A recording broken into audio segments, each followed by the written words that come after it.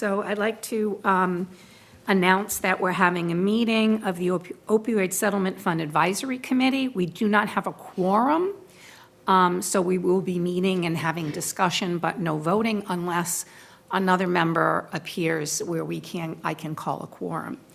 Under Mass General Law, Chapter 30A, Section 20F, this meeting is being recorded, and I'd like to start by doing the Pledge of Allegiance. I pledge allegiance to the flag of the United States of America and to the republic for which it stands, one nation, under God, indivisible, with liberty and justice for all. Okay, so at the top of the agenda, we can't review the minutes. I was going to pass over the minutes anyway of January 20th because there was a change made by Val, and I wanted to make sure that that she saw it and then agreed with the change, and then we could vote for it. But we will have to pass over, and we will do that in our next meeting. The next thing on the agenda, we have 3 committee members who are sick, so we're not able to be here. But we want to hear the spending plan from Val. So we're not going to hear about the spending plan from Val, but I can address what that is about. There are, in doing some review, there are some municipalities that are looking at, we're going to put a cap on how much we spend each year. And setting some limits on, rather than saying, oh, we have what we have currently, so everyone knows in the community, currently in our balance is $381,231.41. So, and I just did a review to say, well, how much do we get in 1 year? So in 2025, we received $63,439, which is part of that total, okay? But that's what we received in 1 year. So, Val kind of wanted to look at what did we want to do in terms of how much we want to spend a year? How do we want to space it out? If we get, say, $60,000 a year for the next, or $63,000 for the next 12 years, that's another $761,000. So looking at that, maybe anticipating putting a cap on how much we spend every year so we can space it out and have that covered. But the issue is we don't know what kind of programs we're going to be requested. We know one that is in limbo right now, and we don't know what's going to happen with any other of the municipal groups in town that may benefit from some of the funding. So, but that's what Val wanted to talk about, setting up some kind of spending plan. I would entertain any thoughts about that. Does anyone have any thoughts, negative or positive, about doing something like that? Are you saying 12 years that we are going to get that much? Is it 12 years? Is that, do we know exactly, or is we are expected. We're going to receive money up until 2038. Okay. And that's how the payouts have been done. Let me see if I can pull it up. You can find out all of this if you go on the website. Let me see, I did save it.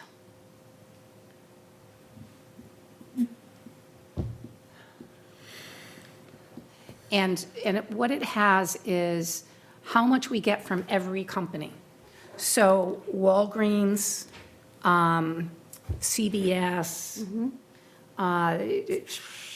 some of the pharmaceutical companies, they're all giving money, and they are expected to pay so much, so they space it out, so they give so much every year.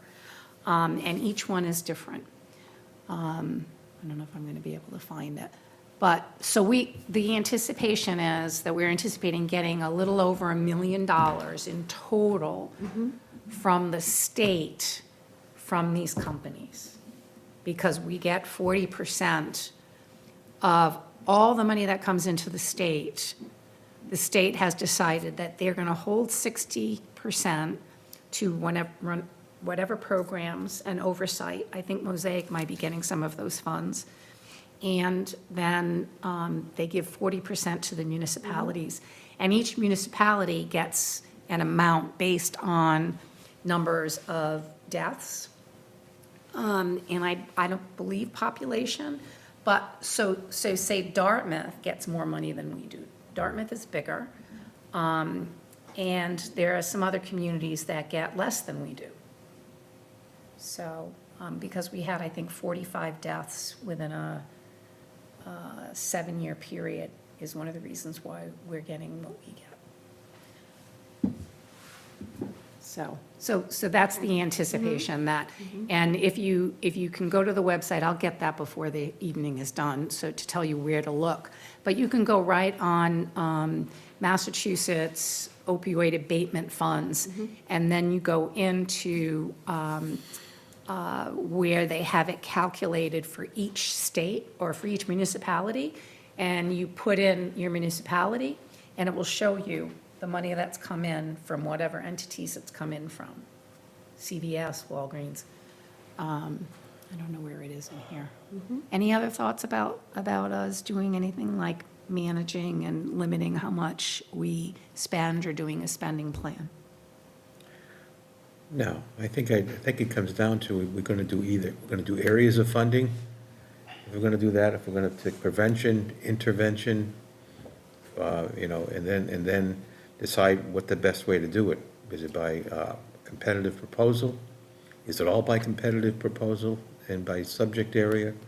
Or is all competitive proposal and we evaluate on an annual basis what the priority is for that year?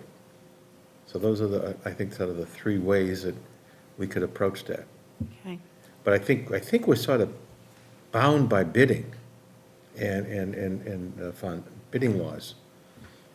No? I question, and it's been questioned, that municipalities can make a decision that they want to allot funds for things happening within the municipality. That they're able to say, like Fall River did. Fall River said, we're going to give $50,000 to the school department. Okay. Okay?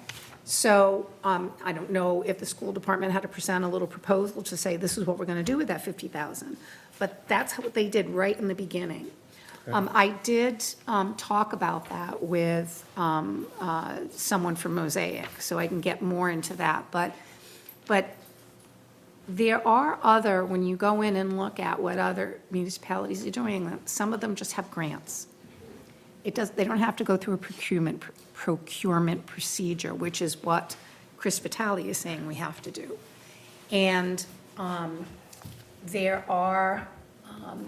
there's room for flexibility with that. It doesn't have to be you send out an RFP and then everybody applies, including people in the municipality. So say the school department wants money, they may not have to go through the same process. But in order, as David has said, in order to be fair, we should do it that way. Yes, go ahead, David.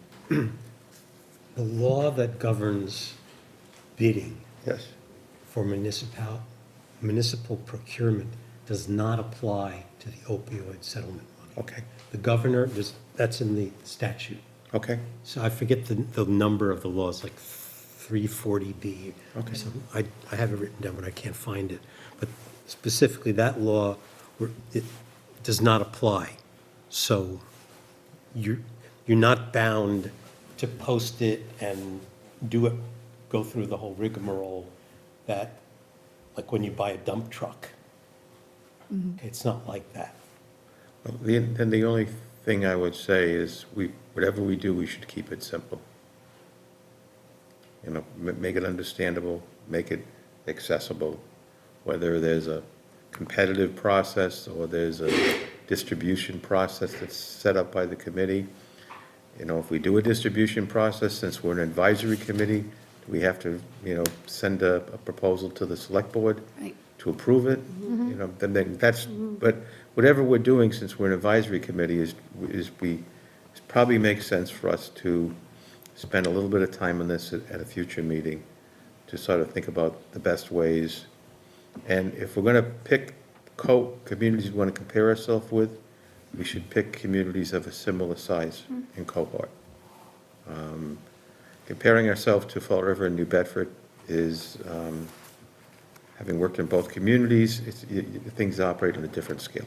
Right, so one of the things I'm doing is I'm just in some discussions with Dartmouth, and I've been researching what some other communities have been doing in terms of asking for requests for funds, and a lot of them are doing grants. That's how they're keeping it simple. So, and then they have their stuff online. So, but we do have, in the spending plan and the process, the next thing on the agenda is the RFP input from the town administrator. Okay.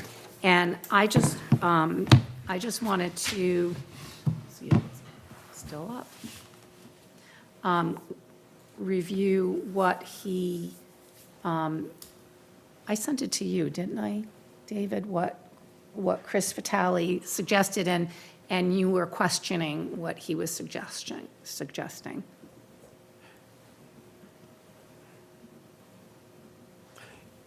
At the last meeting, you asked me to contact him, so I reached out the next day and I left a message asking him to speak with me, and he never called me back. Okay. So they're right now, the town's in the middle of budget stuff. And so his focus is on those things, like yours is, Fran, on budget stuff.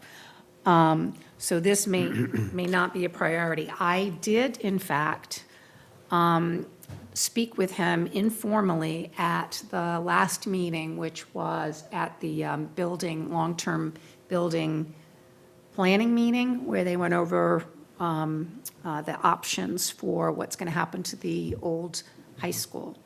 And I just went up to him and spoke to him, and one of the things is that I mistakenly sent him the original. I did not send him the revised draft of the RFP where we made some changes to it.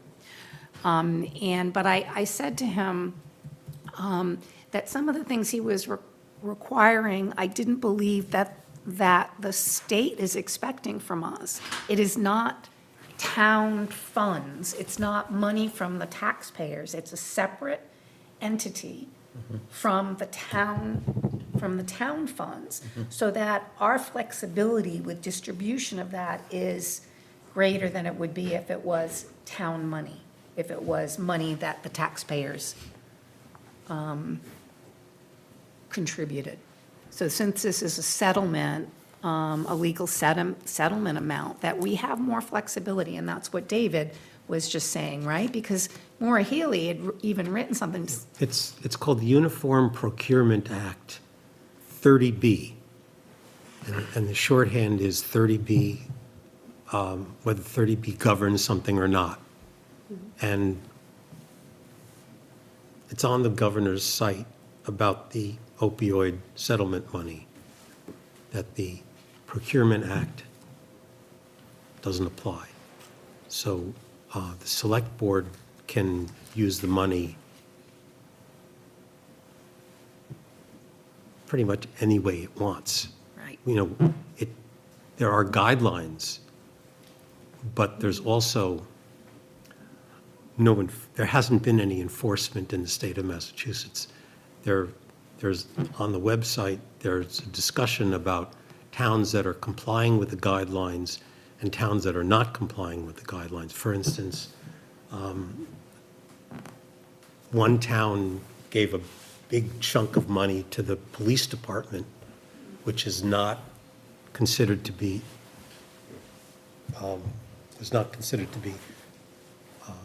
consistent with the guidelines. And everyone knows about it, but no one's doing anything about it. I don't know if they'll ever get around to it, but there's a lot of wiggle room, obviously, if that's the case. If a town is within 30 miles of it, it's a well-known fact. They basically have directed their funds to the police department. And, I mean, the guidelines are pretty clear that that's not the intent of the, Yeah, of I the agree. money, of the funding. So it's obviously a gray zone. And so it devolves to the discretion of the select board, I think. You know, they can listen to us or not listen to us or whatever. Well, they could have directed it, and then at some point, the decision was made by this select board or whatever the governing authority is in that community. A community. Yeah. I mean, the first step was to create a stabilization fund. Yeah. And once there's a stabilization fund, it can be used in the, you know, in the context of the guidelines. Okay. So one of the things that Chris Vitale sent is, he said that it was more of a procurement than a grant. And that's where I debated it, because we know that we don't have to follow the same guidelines or expectations. You said 30B, right? Yeah. So if you could send, I was going to say, send that to Chris Vitale and ask him to review it.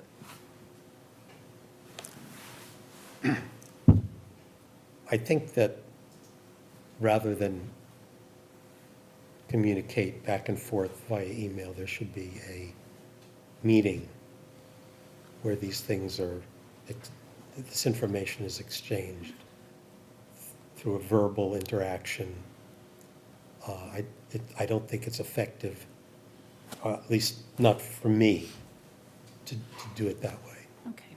Well, I can try again. I just know that right now, all the emphasis and focus has been on the budget and getting that ready for town meeting.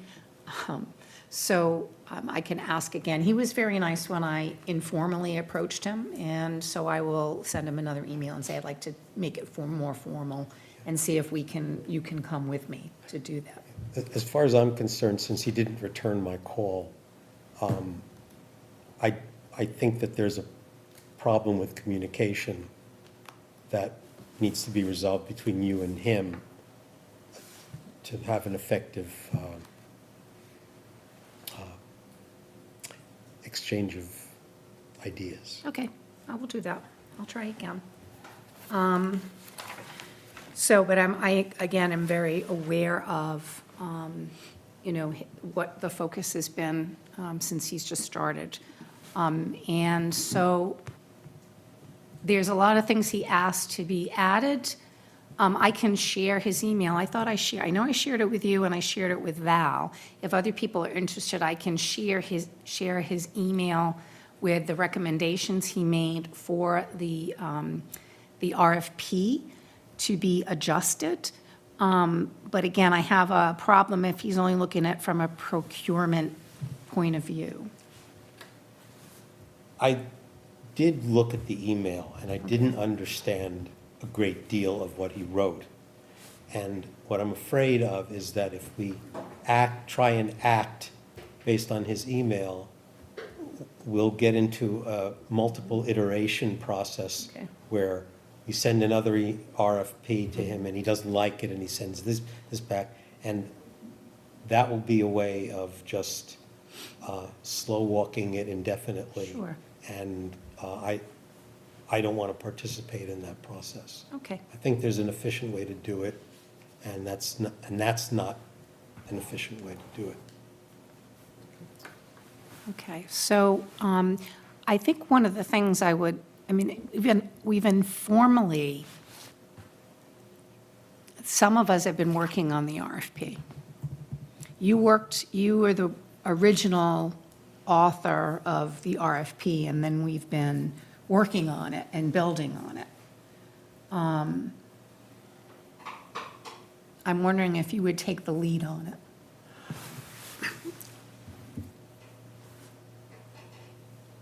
if Mr. Vitale will speak to me, I will work on it, but I won't work on it unless the bottleneck, which is him, will participate actively, Okay. because that's just not the way to proceed.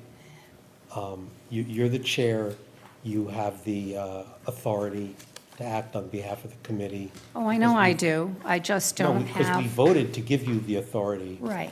And I think that's the best way to do it. I don't have a relationship with him, he wouldn't return my call. And so I'm not going to spend my time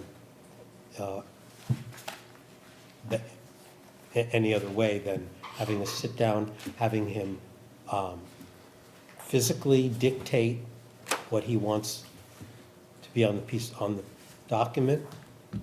And then, because once he dictates it, he's giving his approval. If we write it and then send it to him, he can disapprove it indefinitely. And he can create an iterative cycle that could take months. Okay. Craig, can I ask you to look at the revised Yeah. RFP No problem. and look at Chris's Comments? comments? Now, he did not get the revised. I gave him the original. So there may be stuff in here, I just changed some dates that he asked for. But do you want me to send you an email, or do you want to take this one? And I will send you It'll his. be better. Okay, so I will do that. I will send you the revised RFP With and, his, excuse me, with his comments. and I'll send you his email with his comments. Okay. Okay, he didn't have the, he didn't have the draft and then comment on it. He just sent me an email with a list of things he thought needed to be different. Okay. Thank you. All right, so I also wanted to share, the next thing on the agenda is member updates and reports. I had a Zoom meeting with a representative from Mosaic, which is the consultants for the opioid settlement fund. Municipalities will report to them or ask for questions for them. So I met with, the person I met with was Allison Gittens. And we talked about, and I asked about the procurement of services and not a grant. And she said to me, what she did was send the RFP to the Mass Association of Health Boards. And this is an association I'm well aware of because I'm on the Board of Health, to the attorney there, Cheryl Sabara, who is reviewing our RFP. So we are getting a legal eye on this RFP. They haven't received any information back, but I am going to be emailing her and trying to make a point of contact for her to refer back to me rather than go through Mosaic. I'm sorry, this is a little bit off subject from what you're saying, but I just want to correct what I just said about 30B not applying. 30B does not apply for grants to nonprofit organizations, to Okay. people. However, if the select board decides to use the money to buy equipment or purchase services, Services is anything else. yeah, but if they decide to hire somebody with the money, that's a service. That's not giving it to a nonprofit. Right. That is covered by 30B. Okay. Okay. So that's very, very different, because the original intent of our fund, of our meeting, was to fund proposals from nonprofit entities. But if we deviate from that, like if we provide money, if the select board wants to provide money to hire somebody, then it's procurement. Yeah. That's- You know, if they want to create a teen space, like some towns are doing, that's procurement, and it is covered, so it does become more complicated. But we wouldn't expect that process, if that's what the select board wants to do with money, that doesn't need an RFP. Okay. So that, I mean, I think part of it is that we need to be clear about that, so that when we as a committee decide that we want to advise the select board that we would like A, B, and C to happen with the money, then we should be clear about how they're going to then proceed for that. So the idea that if it's a nonprofit, then it falls into this jurisdiction. They have to be educated about this as well, right? And so does Chris Vitale. Yes. Huh? We have different levels of expertise in that area. That's right. So we should be really clear. This is what we recommend, and this is how the process would occur. And that's what we're trying to figure out now, is how the process would occur. So we're clear when we communicate with the select board and say, we would like this amount of money to go to the school department because they're going to create a position. And we 100% support this position because it meets A, B, and C in the abatement agreement. Or we support having Star receive this money because they're going to provide A, B, and C to Westport residents, right? So, I mean, we should be very clear when we're going before them and presenting and advising them what we need. Yeah, Star is nonprofit, so Right. probably okay there. But I still think that, I know that I'm still struggling to really be clear about what we can and can't do with the funds so that we're not getting in any trouble. We're not causing any distress for the town, and we're doing the right thing in the right way, right? And so, but when we go before the select board, we are gonna have people on the select board who won't know what we're talking about. So we better know what we're talking about. That's why I like you to help, David, because you know, you seem much more well-read on this. I can operate ChatGPT. Yeah, okay, No, that's I mean, okay. I'm just looking stuff up and then I'm verifying it on the But you do it governor's so, website. but you do it so well, and you're very methodical with that stuff. Yeah, but it's. So I appreciate It's you. it's on the governor's website. There's a tremendous amount of accurate information on the internet regarding this. Okay. And I mean, there are, billions of dollars involved in this process, and people want some of it. I know, but I think you're minimizing how I think your value, you bring value here by your doing that work. So I just wanted to let you know that. Okay, well, as I said, the RFP is distinct from from the other stuff. Yes. So, well, it's 15 months. 15 months. It's 15 months since we started this. No, we started, our first meeting was in December. Okay, but 24, yeah. Because I was on, it was created while I was on the board, and I got back on the board in April of '24. Okay, so. All right, so the next piece on the agenda also was that I had a meeting with the Town of Dartmouth Substance Use Coordinator, the person that was hired through the settlement funds to manage the funds and set up programming. Her name is Rachel Dizalo. It's Dzalo. And she was very, she's going to be a great resource for us in just communicating what's happening in between Dartmouth and in the New Bedford area. She connected me with the Greater New Bedford Opioid Task Force, and there's a meeting on February 19th. And if anybody on the committee wants to be part of that meeting, I can send you the Zoom link. It's a Zoom meeting. And so we can find out what they're doing and how things are going within the Greater New Bedford area, which includes Dartmouth. Doesn't necessarily include us, but they are including us in their meeting. So I will be attending that. But my meeting with Rachel, What time of day is it? it's like at noon or 1 o'clock on the 19th, which is Thursday.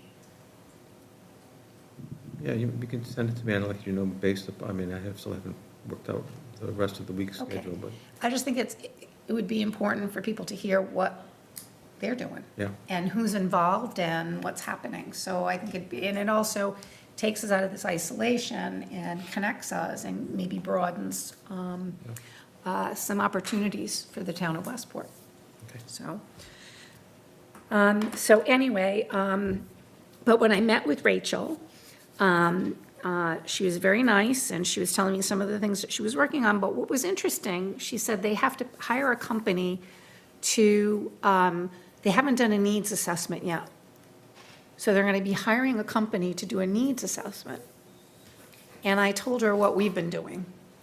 And so we're ahead of them, because we've at least been surveying people in town about what's needed and what people would like to see happen with the funds. So, but I thought that was interesting. They're looking at hiring somebody. But they have, some of their allotment of funds, which I also found interesting, was they did give money to the school department to get the vape detectors in the bathrooms. I don't know if that's an acceptable thing through the abatement agreement, because they talk about equipment, but that's another thing they did. So what they did was, the school department said they would like money for this, and they were given it. So just so that you know some of the stuff that's happening. But I did also suggest, because Chris Vitale had suggested, that we partner and through our settlement funds, provide some money towards Dartmouth to have them work with us to manage the funds in any other way we think would be appropriate, since we were talking about hiring somebody to really spearhead all of this. And then I met with a woman named Dolores. I know Dolores because she runs the children's part. They have many more services than we do in Westport. They have more money than we do in Westport because they have a stronger commercial tax base than we have in Westport. So they have someone whose job is just to work on kids' issues. And she really works with kids and families. Do you know Dolores? Yeah. I can't remember her know last her, name. yeah. But I've met her at other events, and she's very dynamic. So she came in, and I told her what Chris Vitale had suggested, and without a heartbeat, she said, "No way." So she said, "We have enough stuff for her to do, Rachel, and we don't want to share." And how they're doing it is a percentage of money is going from the settlement funds to pay her salary, and then every year, it's going to decrease until the town itself takes over. So maybe at that point, the town would be willing to do it, but she was very adamant, no. And I told Chris Vitale that at the meeting that I saw him, and I said, I want to tell you, I talked to Dolores, and she says, absolutely not. So that was one of his suggestions. But anyway, we're going to work with, I'm going to work with Rachel and Olive on Mental Health Awareness Month in May. And we're going to try to do a joint presentation or maybe some event around the opioid funds, substance use disorder, in May for Mental Health Awareness Month, and we're going to do it together. So, and I want everyone to think about if there's something else that we would want to do during that event. But it's a way, again, to educate the public, maybe to get more survey input, but also provide some educational opportunity and maybe some kind of incentive like we did at Police Night Out. So it's just something to think about, yes. Is there any way that we could get a more interactive place on the town website? What do you mean? More visibility for the opioid settlement funds on the town website? Well, we have, so, Where people could actually make comments make comments? or, well, that's probably not a good idea. Yeah. but a a way that people could find out about, They can This. email me, my email address is on there. well, we could put links. In other Yeah. words, we could put links to the governor's, the state. This is the kind of thing that I would like to have help from Olive with, because I can't, I've been trying to add things to our website, and there's a lot of great stuff that could be done. I don't have the skills and the time to do it. Isn't there a town webmaster? Isn't there an IT person who There's runs an IT person, yeah. the Yes. town website? Yes, that but you what can- is the IT person's role and responsibility? Is it to help set up individual Well, that- websites? No, no, he's more like a network administrator. Oh, okay, but, so who actually controls the content of the town websites?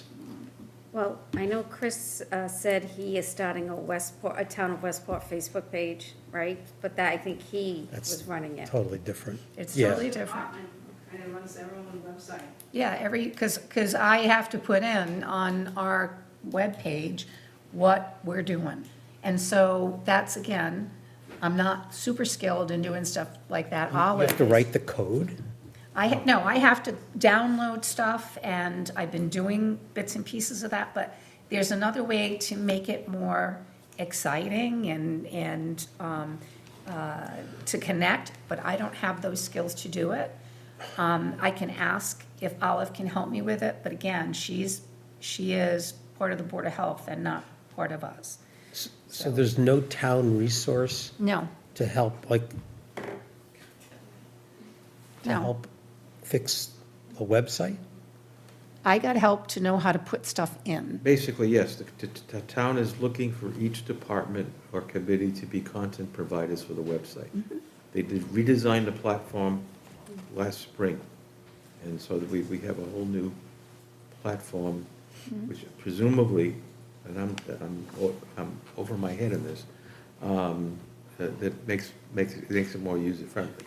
The other thing that we can do is, and I think you brought this up already, is use your, create a Facebook page and use it as the feeder page for that, because there you get more dynamic content, But then if you have a Facebook page, let's say the Opioid Settlement Advisory Committee, you need to have an administrator to regulate comment. You don't want people to say, so-and-so is a junkie, and Right. he's part of why Westport's going to the dogs, you can't have stuff like that. Right.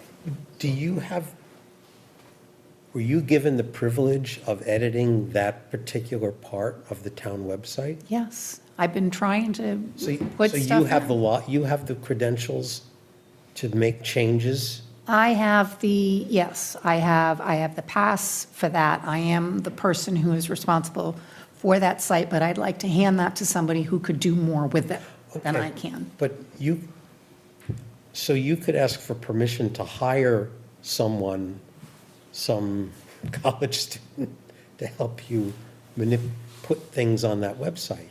I mean, you could hire someone I could.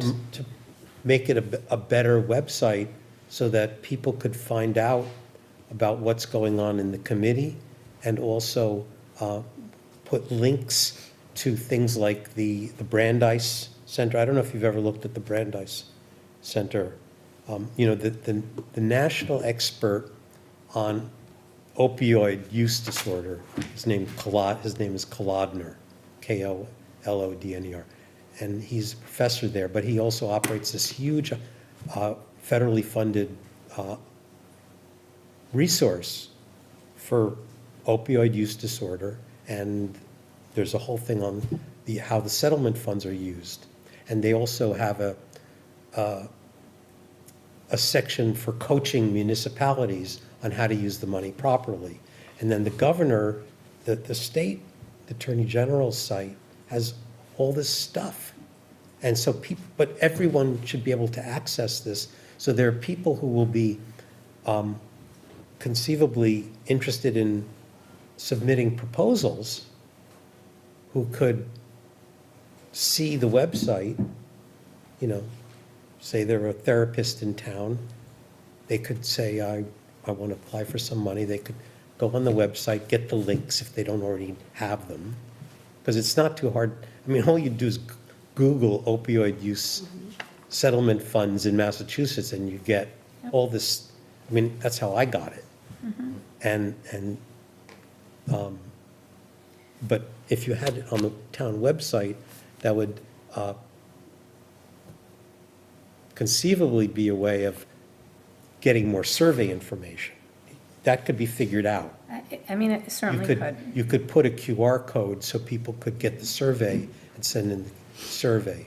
And if, I mean, it's all about the internet now. And I think that if you had, I mean, I don't know how to write, how to create websites, but I've hired people to do it in the past, years ago. Okay.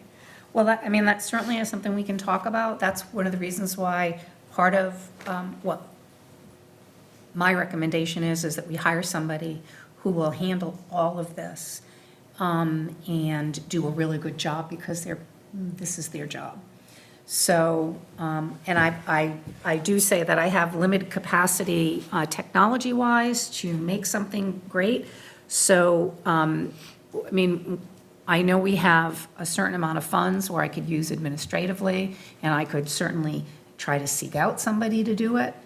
But is that something that I have to have someone bid for? Do I have to interview somebody? Do I have, so I, it's not as simple as just saying I'm gonna hire somebody. There's more to it. And I can't stress enough how savvy Olive is with all of this. And I know that we haven't made a decision of recommendation yet to hire someone like Olive, but, and I'm saying her name 1,000 times because I can't stress enough how valuable she is. So I will take it under advisement about looking at the webpage and seeing if there's anything more I can do to make it better, and I can ask to consult with her about that. I trust her implicitly. I have the utmost faith that she would be able to help me with that. And so in terms of working on the webpage, I will put that down as one of the priorities. The other piece to what I have done and report on is that I did send an email to Nikki Fontaine of the FAST team. And so did Chief Dunn, and so did Michelle Donovan, and they're not getting a response from her. So I sent an email to her and I asked her to please let us know if there's any way that the opioid settlement funds from Westport could support FAST coming to Westport and what that would look like. And so, but again, Chief Dunn is trying to do the same thing, and Michelle, and she hasn't responded. That, that hole in the services of the town is really very destructive. Losing the support for Detective Donovan's work. But I don't know, I mean, it would be wonderful if we could use some of the funding to support that. But that would seem to be a perfect example of what the guidelines don't want towns to do, which is supplantation. The mantra is supplementation is good, supplantation is bad. And the governor's website specifically says that when funding for a town service is lost, opioid settlement funds should not be used to fill in the hole. That would be supplantation.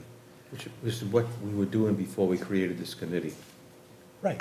We were basically taking, money from town meeting and somebody, so we get this money to do that, and we put it into police department program. Well, This was, Well, the thing is, we never had FAST come into town. We were told by them when we had a meeting that their jurisdiction also covered Westport, but we never used FAST, the FAST team. okay, I mean, given it that that Chief Dunn was a key participant in it, I think we need to pass over. Yeah, no, we're not, I mean, I just wanted to bring up that I made the contact, and then Chief Dunn sent, he was gonna talk about that. Right. Chief Dunn said that he already did, also did, and so did Detective Donovan. well, I think that there, someone should be looking into the way that the follow-up visit work that the police department does seems very important. We heard testimony about it, and it's clear that that's a really important thing, because it directly addresses opioid use disorder.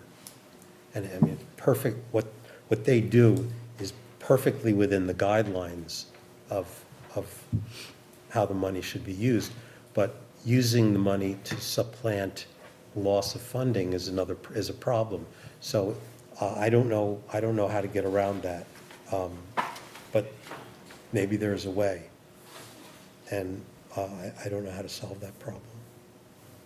Unless they create something that's different, but provides a similar support.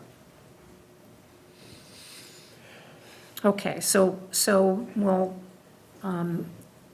we have to go past Chief Dunn's presentation because he's not here, and Pam is not here. She made a contact with the NA meeting that is in town, and there is an NA meeting in town. I believe it's on Wednesdays at 6 o'clock at the Grange.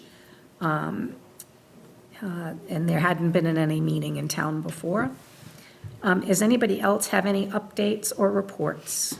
No, just, I'm working on the survey, I got your feedback, so we're on school vacation this week. Yeah. So I will just make those changes and we'll send it out to Yeah. all our families. Beautiful. And then we'll talk later about possibly surveying the students, but we have to think about that one a little bit differently, Okay. okay?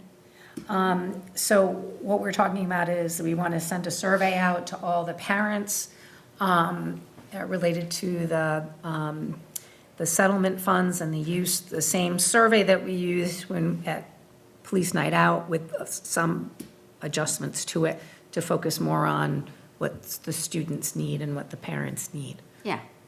So, okay, good. All right, so at that, the next thing is committee planning. What are some of the next steps that we need to take then? I know that I have to work on the webpage. We have to clarify the RFP. Craig is gonna look at the RFP as it is. I'm gonna send it to you. You're gonna look at it and also look at Chris Vitale's comments and come back with something that can help us move forward. And the RFP you said is going to a lawyer as well? Yes, So I and think so I that will would be be, important. I will be Yeah. contacting the attorney. Jose? No, the attorney is from the Mass Association of Health Boards. And she has spoken at a number of Okay, good. presentations that I've been to, being on the Board of Health. So I will check in with her.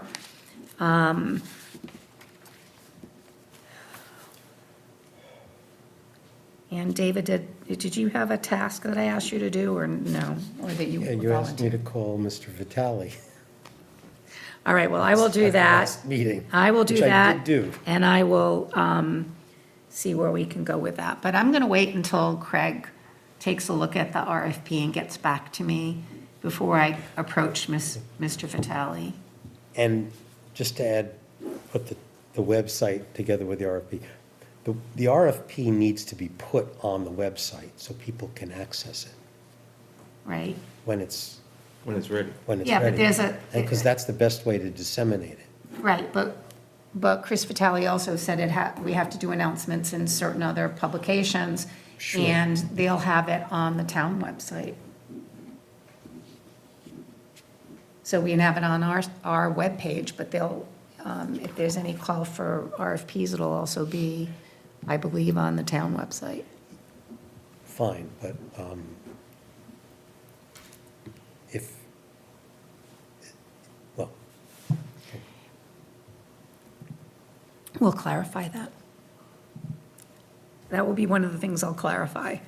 But he did send a list of ways it had to be documented or made public for the public to respond to it. Anything else that we have to plan for our next meeting?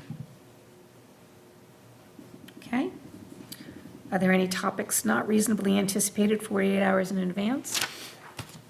I'm just going to say, you guys have to stay well, because you're all dropping like flies.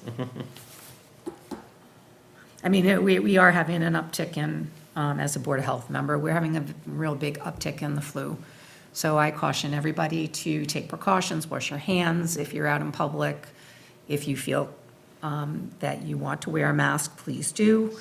And if you're sick, please wear a mask, so you don't get other people sick. This came up at my alumni board meeting a week and a half ago, and then one of the members of our officers, the alumni, is also works at St. Anne's Hospital. So her example back to me was very, very depressing. yeah, the vaccine uptake is way down. Yes, it is, I got it. I got the flu vaccine right now. yeah. Does the All right. school have vaccine mandates? We do, there's always an exception. There's always a way to, to opt out, Yeah, yeah. so, But Massachusetts is still required, it's Massachusetts Yeah, that's okay, requiring yeah. us to do that, yeah. Yeah, and the Board The of flu Health, is not one of them, though, unfortunately, yeah. but for the teachers, isn't it required? No? For employment? For It's not- flu? Yeah, No. really? How about, and not measles? For Measles is teachers? still there. I'd have to look at the teacher one a little bit more. I mean, I know the student ones, but it's still there, The unless students you are opt out. required to do that. Yeah, Okay. students are required. Mhm. Okay, good. it looked like somebody in the audience might have something to say about that. No? Okay. All right. So our next meeting is scheduled for March 17th, which is St. Patrick's Day. Is that going to be a problem for anyone? No? I mean, Okay, well, good. All right, so then I'd like to just also ask if anybody in the audience has anything that they'd like to say. Okay, Motion to adjourn? No motions. No, there's no motions because we don't have a quorum. Oh, So I can just say the meeting is Declare the meeting over. closed. we're The done. meeting is now closed. Thank you.